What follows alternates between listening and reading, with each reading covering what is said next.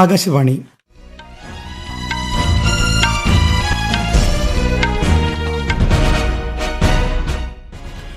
നമസ്കാരം. വാർത്തകൾ വായിക്കുന്നത് അനിൽകുമാർ.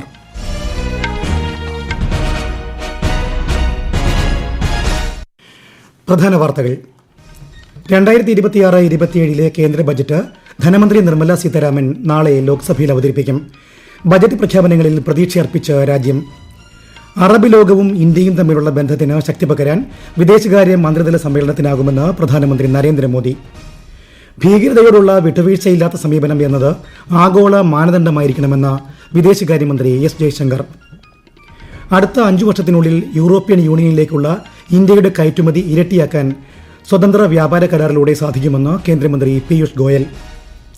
സുശക്തമായ കുടിയേറ്റ നിയമം ആവശ്യമാണെന്ന് മുഖ്യമന്ത്രി പിണറായി വിജയൻ. 5ാമത് ലോക കേരള സഭയ്ക്ക് തിരുവനന്തപുരത്ത് സമാപനം. ന്യൂസിലൻഡിനെതിരായ T20 പരമ്പരയിലെ 5ാം മത്സരത്തിൽ ടോസ് നേടിയ ഇന്ത്യ ബാറ്റിംഗ് തിരഞ്ഞെടുത്തു. വാർത്തകൾ വിശദമായി. 2026-27 കേന്ദ്ര ബജറ്റ് ധനമന്ത്രി നിർമ്മല സീതാരാമൻ നാളെ ലോക്സഭയിൽ അവതരിപ്പിക്കും. ലോക്സഭയിൽ അവതരിപ്പിച്ചതിന് ശേഷം ബജറ്റിന്റെ പകർപ്പ് രാജ്യസഭയിൽ മേശപ്പുറത്ത് വയ്ക്കും. കേന്ദ്ര ധനമന്ത്രിയായി ചുമതലയേറ്റതിനു ശേഷം ശ്രീമതി നിർമ്മല സീതാരാമൻ തുടർച്ചയായി അവതരിപ്പിക്കുന്ന 9ാമത്തെ ബജറ്റാണിത്.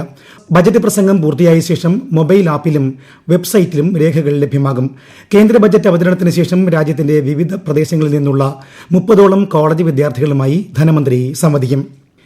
2ാമത് ഇന്ത്യ അറബ് വിദേശകാര്യ മന്ത്രിതല സമ്മേളനത്തിൽ പങ്കെടുക്കാൻ ന്യൂഡൽഹിയിലെത്തിയ പ്രതിനിധി സംഘം പ്രധാനമന്ത്രി നരേന്ദ്രമോദിയുമായി കൂടിക്കാഴ്ച നടത്തി.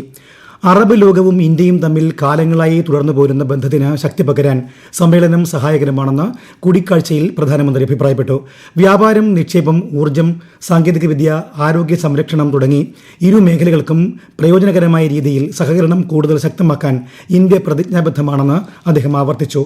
മേഖലയിൽ സമാധാനവും സുസ്ഥിരതയും നിലനിർത്തുന്നതിനായി അറബ് ലീഗ് നടത്തുന്ന ശ്രമങ്ങളെ പ്രധാനമന്ത്രി പ്രകീർത്തിച്ചു.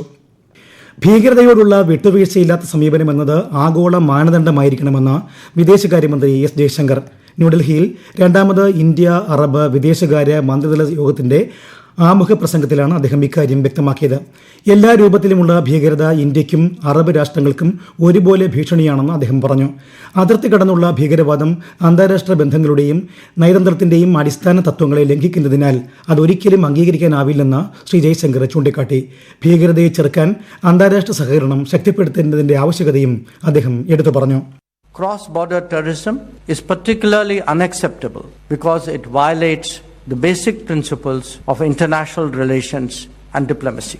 Societies targeted by terrorism have the right to defend themselves and will understandably exercise it. It is essential that we strengthen international cooperation to combat what is a global scourge.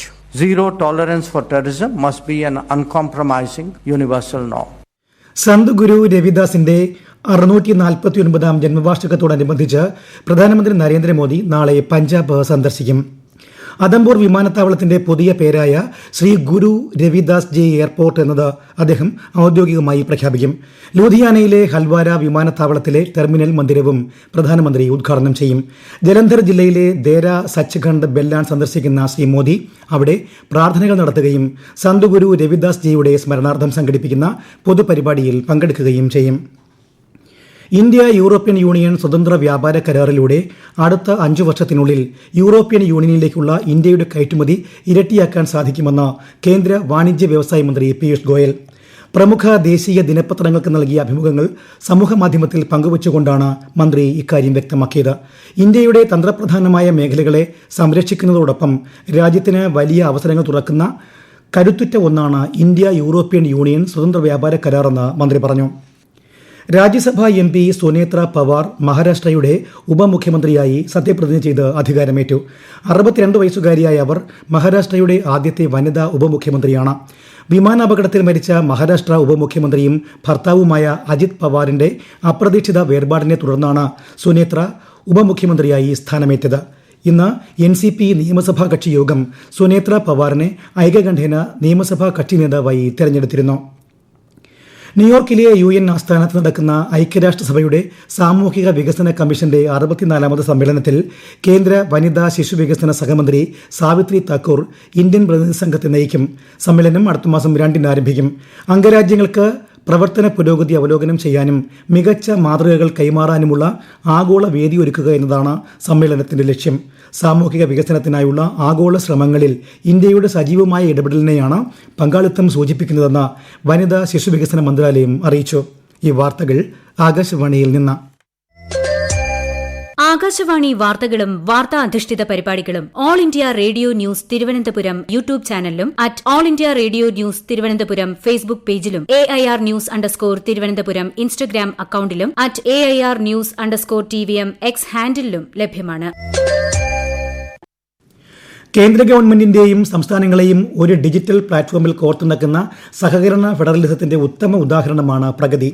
കഴിഞ്ഞ പതിറ്റാണ്ടിനിടയിൽ തീരുമാനങ്ങൾ വേഗത്തിലാക്കാനും അടിസ്ഥാന സൌകര്യ പദ്ധതികളുടെ കാലതാമസം ഒഴിവാക്കാനും പ്രഗതി സഹായകമായി.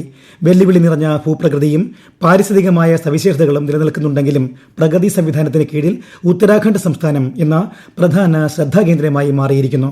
ഭൂമി ഏറ്റെടുക്കൽ, വനം വകുപ്പിന്റെ അനുമതികൾ, ക്രമസമാധാന വെല്ലുവിളികൾ എന്നിവയുമായി ബന്ധപ്പെട്ട പ്രശ്നങ്ങൾ പരിഹരിച്ചുകൊണ്ട് പദ്ധതി നിർവഹണത്തിന് ആക്കം കൂട്ടുന്നതിൽ പ്രഗതി സംവിധാനം നിർണായക പങ്ക് വഹിക്കുന്നു. ഫരീദാബാദിൽ 39ാമത് സൂരജ് കുണ്ഡ് അന്താരാഷ്ട്ര കരകൌശല മേള ഉപരാഷ്ട്രപതി CP രാധാകൃഷ്ണൻ ഉദ്ഘാടനം ചെയ്തു. മേള സാധി ആപ്പും അദ്ദേഹം പുറത്തിറക്കി. രാജ്യത്തെ കരകൌശല വിദഗ്ധർ നൂറ്റാണ്ടുകൾ പഴക്കമുള്ള അറിവുകളുടെ സംരക്ഷകരാണെന്നും അവരെ ശാക്തീകരിക്കുക എന്നത് സുസ്ഥിര സമ്പദ്വ്യവസ്ഥ കെട്ടിപ്പടുക്കാൻ അത്യാവശ്യമാണെന്നും അദ്ദേഹം പറഞ്ഞു. These traditions are just crafts and we never think it is just a craft. They are the stories woven in silk, etched in metal and integrated with the history of this great nation. പ്രധാനമന്ത്രി വിശ്വകർമ്മ കൌശൽ സമ്മാൻ യോജന പോലുള്ള പദ്ധതികൾ കരകൌശല തൊഴിലാളികൾക്ക് നൈപുണ്യ വികസനത്തിനും സാമ്പത്തിക ശാക്തീകരണത്തിനും പിന്തുണ നൽകുന്നുവെന്നും ഉപരാഷ്ട്രപതി പറഞ്ഞു. വഖഫ് സ്വത്തുക്കളുടെ നടത്തിപ്പ് സുതാര്യവും ജനസൌഹൃദവും ഉത്തരവാദിത്തമുള്ളതുമാക്കുന്നതിനായി സർക്കാർ ഉമീദ് പോർട്ടലിൽ സർവേ മോഡ്യൂളും വഖഫ് പ്രോപ്പർട്ടി ലീസ് മോഡ്യൂളും പുറത്തിറക്കി. ഈ സംവിധാനങ്ങൾ നടപ്പിലാക്കുന്നുണ്ടെന്ന് ഉറപ്പുവരുത്താനും ഗുണഭോക്താക്കൾക്കിടയിൽ ബോധവൽക്കരണം നടത്താനും ന്യൂനപക്ഷ മന്ത്രാലയം സെക്രട്ടറി ചന്ദ്രശേഖർ കുമാർ എല്ലാ സംസ്ഥാന കേന്ദ്രഭരണ പ്രദേശങ്ങളിലെയും വഖഫ് ബോർഡുകളോട് നിർദ്ദേശിച്ചു. സുരക്ഷിതത്വം എല്ലാവർക്കും പ്രധാനമാണെന്നും സുശക്തമായ കുടിയേറ്റ നിയമം ആവശ്യമാണെന്നും മുഖ്യമന്ത്രി പിണറായി വിജയൻ 5ാമത് ലോക കേരള സഭയുടെ സമാപന സമ്മേളനത്തിൽ സംസാരിക്കുകയായിരുന്നു അദ്ദേഹം. കാതലായ മാറ്റങ്ങളോടെയാണ് 2025 overseas mobility facilitation welfare bill പ്രസിദ്ധീകരിച്ചതെന്നും മുഖ്യമന്ത്രി അറിയിച്ചു. ഈ മാസം 29 ആരംഭിച്ച ലോക കേരള സഭയുടെ 5ാം സമ്മേളനത്തിൽ 500-ലധികം പ്രവാസി പ്രതിനിധികൾ പങ്കെടുത്തു. സംസ്ഥാനത്ത് തീവ്ര വോട്ടർ പട്ടിക പരിഷ്കരണത്തിന്റെ ഭാഗമായി കരട് വോട്ടർ പട്ടികയിലുള്ള അനർഹരുടെ പേര് നീക്കം ചെയ്യുന്നതിന് 19,521 അപേക്ഷകൾ നേരിട്ടും പേര് ഉൾപ്പെടുത്തുന്നതിന് പ്രവാസികളിൽ നിന്നടക്കം 11,66,456 അപേക്ഷകളും ലഭിച്ചു. അന്തിമ വോട്ടർ പട്ടിക അടുത്ത മാസം 21-ന് പ്രസിദ്ധീകരിക്കും. സമയപരിധി അവസാനിച്ചെങ്കിലും പൊതുജനങ്ങൾക്ക് തുടർന്നും അപേക്ഷകൾ സമർപ്പിക്കാമെന്ന് മുഖ്യ തെരഞ്ഞെടുപ്പ് ഓഫീസർ രത്തൻ യു കേൽക്കർ അറിയിച്ചു. സ്വച്ഛതാ പക്വാഡയുടെ ഭാഗമായി കേന്ദ്ര വാർത്താവിതരണ പ്രക്ഷേപണ മന്ത്രാലയത്തിന്റെ കീഴിലുള്ള CBC പാലക്കാടിന്റെ നേതൃത്വത്തിൽ കോട്ടയ്ക്കാട് സ്നേഹജ്വാല വൃദ്ധസദനത്തിൽ ശുചീകരണ പ്രവർത്തനങ്ങൾ നടന്നു. ദർശന സ്കൂൾ ഓഫ് മ്യൂസിക്കും NS മ്യൂസിക്കും സംയുക്തമായാണ് പരിപാടികൾ സംഘടിപ്പിച്ചത്. ഇന്ത്യ ന്യൂസിലാൻഡ് T20 ക്രിക്കറ്റ് പരമ്പരയിലെ 5ാം മത്സരം തിരുവനന്തപുരം കാര്യവട്ടം ഗ്രീൻഫീൽഡ് സ്റ്റേഡിയത്തിൽ പുരോഗമിക്കുന്നു. ടോസ് നേടിയ ഇന്ത്യ ബാറ്റിംഗ് തിരഞ്ഞെടുത്തു. ഒടുവിൽ വിവരം ലഭിക്കുമ്പോൾ ഇന്ത്യ 7 ഓവറിൽ 2 വിക്കറ്റിന് 64 റൺസ് എടുത്തിട്ടുണ്ട്. ഓപ്പണർമാരായ സഞ്ജു സാംസണും അഭിഷേക് ശർമ്മയുമാണ് പുറത്തായത്. അസമിൽ സന്തോഷ് ട്രോഫി ഗ്രൂപ്പ് ഘട്ടത്തിൽ ഇന്ന് രാവിലെ നടക്കേണ്ടിയിരുന്ന സർവീസസിനെതിരെയുള്ള കേരളത്തിന്റെ അവസാന മത്സരം മാറ്റിവെച്ചു. മത്സരം നാളെ രാവിലെ 9 മണിക്ക് സിലാപഥർ സ്റ്റേഡിയത്തിൽ നടക്കും. പ്രധാന വാർത്തകൾ വീണ്ടും. 2026-27 കേന്ദ്ര ബജറ്റ് ധനമന്ത്രി നിർമ്മല സീതാരാമൻ നാളെ ലോക്സഭയിൽ അവതരിപ്പിക്കും. ബജറ്റ് പ്രഖ്യാപനങ്ങളിൽ പ്രതീക്ഷയർപ്പിച്ചു രാജ്യം. അറബ് ലോകവും ഇന്ത്യയും തമ്മിലുള്ള ബന്ധത്തിന് ശക്തി പകരാൻ വിദേശകാര്യ മന്ത്രിതല സമ്മേളനത്തിനാകുമെന്ന് പ്രധാനമന്ത്രി നരേന്ദ്രമോദി. ഭീകരതയോടുള്ള വിട്ടുവീഴ്ചയില്ലാത്ത സമീപനം എന്നത് ആഗോള മാനദണ്ഡമായിരിക്കണമെന്ന് വിദേശകാര്യമന്ത്രി S. ജയശങ്കർ. അടുത്ത 5 വർഷത്തിനുള്ളിൽ യൂറോപ്യൻ യൂണിയനിലേക്കുള്ള ഇന്ത്യയുടെ കയറ്റുമതി ഇരട്ടിയാക്കാൻ സ്വതന്ത്ര വ്യാപാര കരാറിലൂടെ സാധിക്കുമെന്ന് കേന്ദ്രമന്ത്രി പീയൂഷ് ഗോയൽ. സുശക്തമായ കുടിയേറ്റ നിയമം ആവശ്യമാണെന്ന് മുഖ്യമന്ത്രി പിണറായി വിജയൻ. 5ാമത് ലോക കേരള സഭയ്ക്ക് തിരുവനന്തപുരത്ത് സമാപനം. ന്യൂസിലാൻഡിനെതിരായ T20 പരമ്പരയിലെ 5ാം മത്സരത്തിൽ ടോസ് നേടിയ ഇന്ത്യ ബാറ്റിംഗ് തിരഞ്ഞെടുത്തു. വാർത്തകൾ കഴിഞ്ഞു. അടുത്ത വാർത്താ പ്രക്ഷേപണം രാത്രി 8:35-ന്.